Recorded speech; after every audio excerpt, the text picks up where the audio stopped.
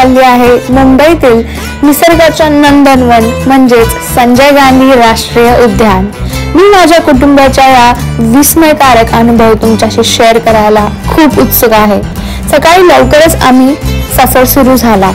शहराच्या गजबजाटातून निसर्गाच्या सानिध्यात जाण्याचा हा आनंद काही औरच असतो। उद्यानात प्रवेश करताच हिरवाईने वेढलेला आणि शांततेने नटलेला नजारा पाहून मन माझं अगदी प्रसन्न झालं। आम्ही पहिली सफर केली कान्हेरी लेण्या पाहण्यासाठी म्हणजेच कान्हेरी केव्स।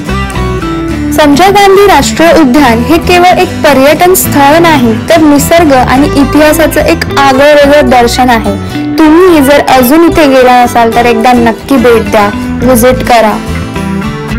हो, आम्ही त्या टेकड्या चढलो, 3 मिनिटात दम निघाला, पण लेण्यांमध्ये पोहोचल्यानंतर विचार केला प्राचीन लोक जिम शिवाय एवढं फिट कसे राहत असतील। उद्यानातील सिंह सफारी हा अनुभव खूप रोमांचक होता। सिंह आणि वाघांना अगदी जवळून पाहणं हा खरंच आयुष्यभर लक्षात राहणारा क्षण ठरला। शेवटी आम्ही निसर्गाच्या कुशीत बसून थोडा वेळ कुटुंबासोबत घालवला। पक्ष्यांच्या किलबिलाटाने, ताज्या हवेत आणि हिरव्या वनराईत मन अगदी ताजतवानं झालं। संजय गांधी राष्ट्रीय उद्यान हे एक पर्यटन स्थळ नाही तर मित्रांनो, आमच्या या सफरीवर तुमचं मत सांगा आणि जर आवडलं असेल तर लाईक, शेअर आणि सबस्क्राईब करायला विसरू नका।